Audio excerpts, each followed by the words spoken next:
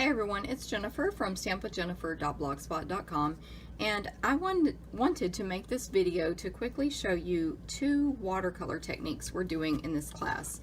So this was my memory keeping class that I had in March, and at each memory keeping class, instead of using the pre-made inserts for Project Life, we make our own inserts. So I think it's really cute. I love the yellow and Bermuda and black colors. So we did a watercolor technique on this piece. That's our first page, and then we also did one here on this piece, and these are both watercolor paper. This was inspired by a card by Brian King, and that piece alone is what inspired the whole layout. And I carried it over to my scrapbook club, and maybe something else I did in class. Anyway, so I'm going to get started. I'm going to show you this technique first and then this one. So this is just a watercolor wash background. So let me grab my supplies. Okay, so here's everything we need to do both of those. So on the first one, there's just basically a background behind that dragonfly. So I have my Stampin' Up! Watercolor pencils. So awesome. You should get them. They're only like $16 for a set, and they're so good. Basically, the quality is really nice. So you can hold the pencil however. Of course, make sure your pencils are sharpened. There are nice pencil, like watercolor pencil sharpeners at the craft stores that'll be better than just your cheap little pencil sharpener. So to get that wash, we're just going to scribble some color. This is Daffodil Delight and Bermuda Bay on our watercolor paper. So you can see this paper is kind of textured. Of course, it's watercolor paper. It's meant to take a ton of water. So we could do any kind of coloring technique on this paper, and our ink is not going to bleed through, or the paper is not going to disintegrate or any of that. Okay, then this is our Aqua painter. You unscrew the barrel and fill it full of water, which this one was empty, so I just filled it all the way up. Then you take off your lid, and you want to see if your brush is already wet. And you can use a paper towel as well. If it's dry, give it a squeeze here, and I always hold out my hand because I don't want water to drip onto my projects ever. Oops, see, it's dripping right there. So this one's nice and wet. If it's too wet, just dry it off on a paper towel.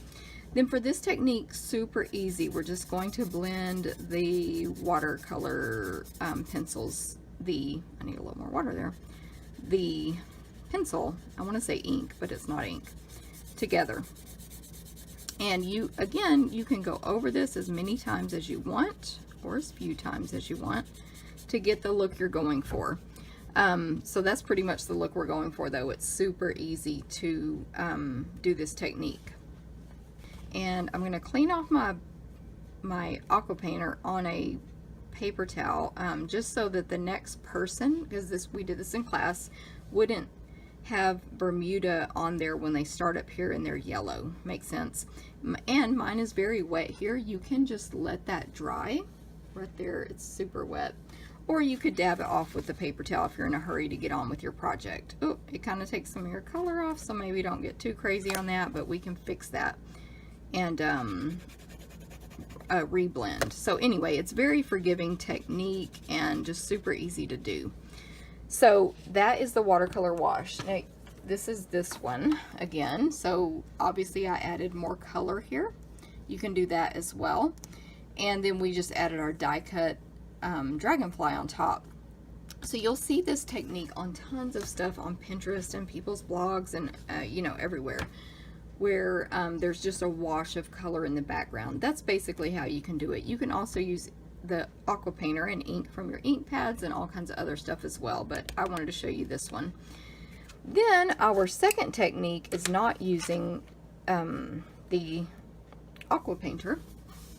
We're just going to stamp and then blend the ink out. So I don't know if this technique has a name or if it's a technique.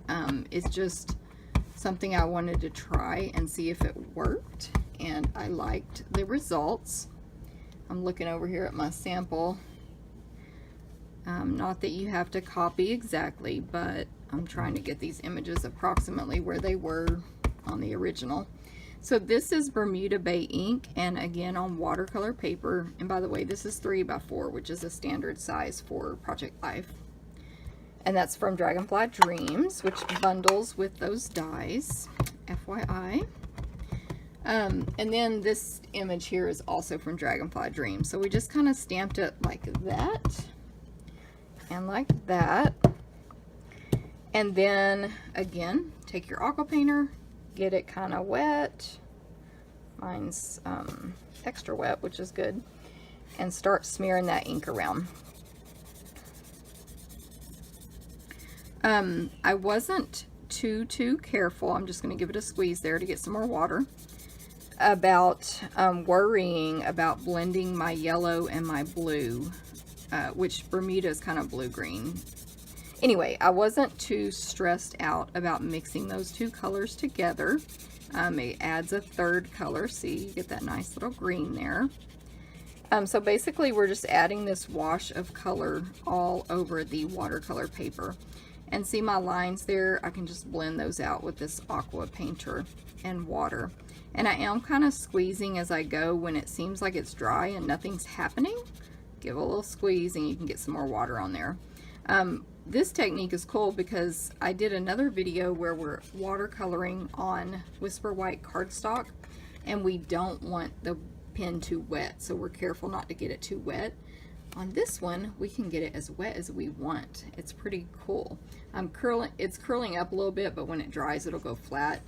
And if it stays a little curled, of course, if you're gluing it to a card, you can glue it flat. Or we are placing ours in a page protector, so it'll be flat. So there's my original. Let's see. So they're similar, but like I like that cool line right there. Like that just happened, however, magically.